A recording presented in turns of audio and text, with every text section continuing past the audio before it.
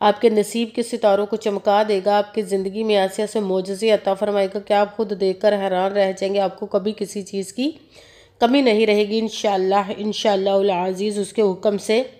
اگر ویڈیو اچھی لگے تو اس کو لائک ضرور کیجیے، اگر آگے بھی شیئر کر دیجیے گا تاکہ کسی دوسرے کو ہماری وجہ سے فائدہ پہنچے تو ہمارے لیے صدقہ جاریہ بن جائے۔ جو نئے ہیں اس چینل پر، اس چینل کو سبسکرائب کر لیں، بیل آئیکن کو بھی دبا لیں تاکہ میری اگلی آنے والی ویڈیو آپ تک پہنچ سکے۔ اگر کوئی مجھ سے کسی مسئلے کے بارے میں استخارہ کروانا چاہتے ہو، کسی کام کا حساب لگوانا چاہتے ہو، کسی کام کے لیے وظیفے کا پوچھنا چاہتے ہو یا قرآن پاک آن لائن پڑھنا چاہتے ہیں، محفل میلاد النبی کے لیے بلوانا چاہتے ہو تو واٹس ایپ کا نمبر ویڈیو پر چل رہا ہے، آپ لوگ مجھ سے رابطہ کر سکتے ہیں۔ اگر میرے بھائی یا بزرگ مجھ سے رابطہ کرنا چاہتے ہو تو واٹس ایپ پر وائس میسیج کر کے اپنا مسئلہ بتا سکتے ہیں۔ اگر بہنیں یا مائیں مجھ سے رابطہ کرنا چاہتی ہوں تو واٹس ایپ پر وائس کال کر کے مجھ سے بات کر سکتی ہیں، اپنا مسئلہ بتا سکتی ہیں۔ آپ نے وظیفہ کرنے سے پہلے کمنٹس میں اپنا نام، جہاں پہ آتے اس جگہ کا نام اور اللہ پاک کا ایک نام ضرور لکھنا ہے تاکہ میں بھی آپ لوگوں کے لیے دعا کر سکوں، اور پھر وظیفے کی بھی آپ لوگوں کو اجازت مل جائے گی۔ آپ نے وظیفہ کرنے سے پہلے پوری ویڈیو کو دھیان کے ساتھ سن کے سمجھ کے پھر وظیفے کو کرنا ہے، ایسا نہ ہو کہ ویڈیو کو سکپ کر کر کے چھوڑ کے سنیں اور پھر کوئی بات رہ جائے اور آپ وظیفہ کرے اور ٹھیک نہ ہو۔ آپ نے نہ تو کسی عمل میں کم کر کے پڑھنا، نہ زیادہ بڑھا کر پڑھنا ہے۔ اگر کم یا زیادہ کر دیتے تو وہ ہمارا وظیفہ ٹھیک نہیں ہوتا، ہمیں کامیابی نہیں ملتی۔ اسی لیے آپ نے جس تعداد اور جس ترتیب کے ساتھ میں آپ لوگوں کو بتانے لگی ہوں، اسی تعداد اور اسی ترتیب کے ساتھ آپ نے اس عمل کو پڑھنا ہے۔ آپ اس وظیفے کو آج کے دن کسی بھی جگہ پر بیٹھ کر پڑھ سکتے، گھر میں، آفس میں، مدرسہ، یونیورسٹی، کالج، شاپ پہ، مگر جب پڑھنے لگے بالکل خاموشی، توجہ، سکون کے ساتھ پڑھنا کہ وظیفے کے درمیان نہ تو آپ نے کسی سے بات کرنی، نہ اٹھنا، نہ فون استعمال کرنا ہے۔ اگر ہم وظیفے کے درمیان کسی سے بات کر لیتے، اٹھ جاتے یا فون استعمال کرتے تو وہ ہمارا وظیفہ ٹھیک نہیں ہوتا، ہمیں کامیابی نہیں ملتی۔ اسی لیے آپ نے مکمل وظیفہ پڑھنے کے بعد کسی سے بات کرنی، اٹھنا یا کہ فون استعمال کرنا ہے۔ آپ اس وظیفے کو آج کے دن کسی بھی وقت پڑھ سکتے، کسی بھی نماز کے ساتھ پڑھ سکتے، نماز کے علاوہ بھی پڑھ سکتے ہیں۔ اگر نماز کے ساتھ پڑھ رہے تو نماز مکمل پڑھنے کے بعد، دعا مانگنے کے بعد آپ نے اس عمل کو پڑھنا ہے۔ اگر نماز کے علاوہ پڑھ رہے تو باوضو ہو کر ایسی جگہ پر بیٹھ کر پڑھنا جہاں بالکل خاموشی، توجہ، سکون کے ساتھ آپ اس عمل کو پڑھ سکیں۔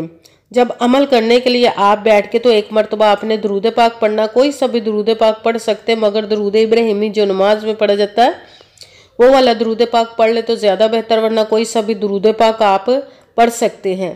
درود پاک پڑھنے کے بعد آپ نے ایک مرتبہ اعوذ باللہ من الشیطان الرجیم بسم اللہ الرحمن الرحیم پڑھ کر اپنے مقصد کی نیت کر لینی جس کے لیے آپ اس عمل کو پڑھنے لگے ہیں۔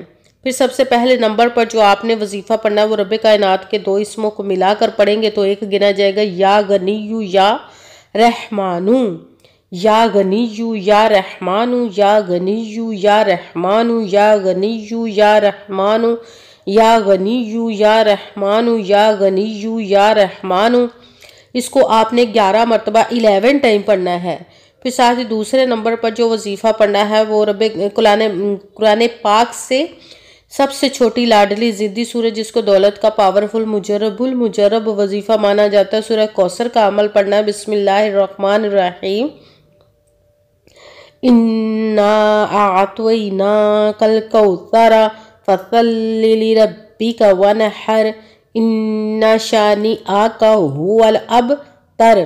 بسم اللہ الرحمن الرحیم اِنَّا أَعْطَيْنَاكَ الْكَوْثَرَ فَصَلِّ لِرَبِّكَ وَانْحَرْ إِنَّ شَانِئَكَ هُوَ الْأَبْتَرُ۔ سورہ کوثر کو آپ نے 11 مرتبہ 11 ٹائم پڑھنا۔ پھر ساتھ تیسرے نمبر پر جو وظیفہ پڑھنا ہے وہ رب کائنات کے ایک اسم مبارک کا پڑھنا، یا وہابو، یا وہابو، یا وہابو، یا وہابو، یا وہابو، یا وہابو، یا وہابو، یا وہابو۔ اس کو آپ نے 11 مرتبہ 11 ٹائم پڑھنا ہے۔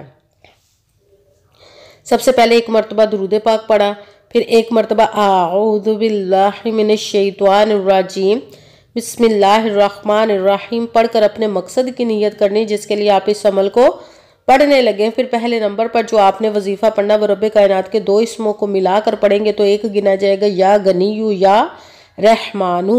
اس کو آپ نے 11 مرتبہ 11 ٹائم پڑھنا۔ پھر دوسرے نمبر پر قرآن پاک کی سورہ کوثر کا عمل پڑھنا ہے۔